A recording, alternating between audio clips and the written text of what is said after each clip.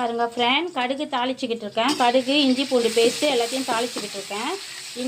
இப்போ வந்து இந்த கருவாட்டு கறின்ற வச்சு இதில் நான் எண்ணெய் போடலை ஃப்ரெண்ட், உப்பு போடலை ஃப்ரெண்ட். உப்பு நான் வந்து லாஸ்ட்டாக தான் போடுவேன், உப்பு எல்லாம் பார்த்துட்டு.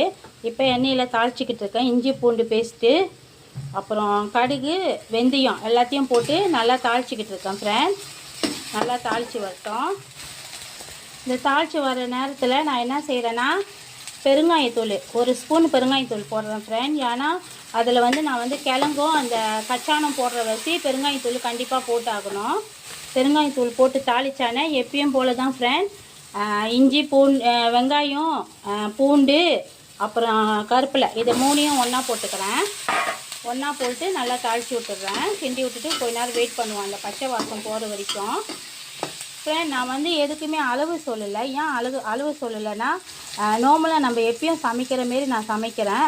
ஆனால் எவ்வளோ ஈஸியாக சமைக்கிறேன்னு மட்டும் நான் இதில் அந்த டிப்ஸ் மட்டும் கொடுக்குறேன் பாருங்கள். இந்த பாருங்க, நல்லா வந்து வதங்கி வர்றப்பயே நான் என்ன செய்வேன், எப்பயும் போல தான் ஃப்ரெண்ட், எல்லாத்தையும் ஒன்றா போட்டுருவேன். நான் எப்பயுமே நான் சமைச்சேன்னா எதையுமே தனித்தனியாக நான் போட்டு 5 மினிட் 10 மினிட்லாம் வெயிட் பண்ண மாட்டேன். எல்லாத்தையும் ஒன்றா போட்டு தான் நான் சமைப்பேன், எல்லாம் ஒன்றா வேகிறதுக்காக.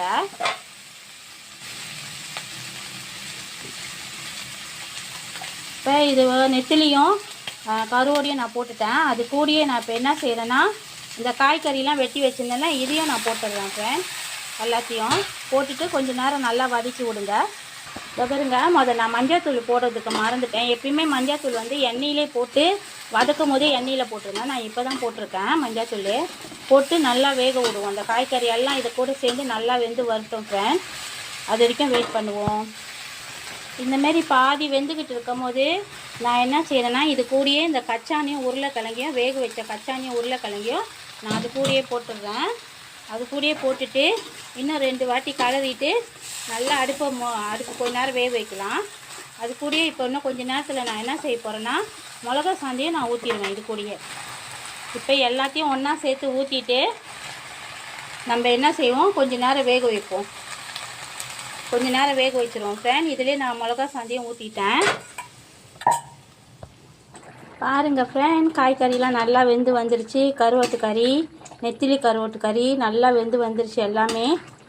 எல்லா காய்கறியும் நல்லா வெந்து வந்துருச்சு. இந்த டைமில் நான் என்ன செய்ய போகிறேன்னா, கொஞ்சமாக பாலும் சோம்பையும் போட்டு அரைச்சி வச்சுருக்கேன். சோம்பும் பாலும், தேங்காய் பூவும் சோம்பும் போட்டு அரைச்சி வச்சுருக்கேன்.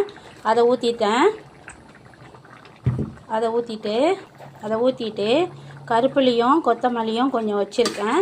இதையும் போட்டு நல்லா கிண்டி விட்டுட்டோமா, திக்கான நல்ல குழம்பான நெத்திலி கருவாட்டு குழம்பு ரெடி ஆயிடுச்சு. நான் பால் ஊற்றிட்டேன்னா ரொம்ப நேரம் கொதிக்க வைக்க மாட்டேன் ஃப்ரெண்ட். கொஞ்சம் நேரம் தான் கொதிக்க விடுவேன்.